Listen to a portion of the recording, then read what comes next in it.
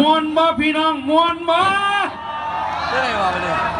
ท่านมวนละมือวันที่29 เมษาวันที่29 เมษาพ่อครับระเบียบวัฒนศิลป์อยู่หม่องนี้เด้อมวนกันอีกคือเก่าเอาเต้ยบาดเนี่ยเต้ยยับเข้ามาฟ้อนน้ำกันพี่น้องเอ้ยจ้า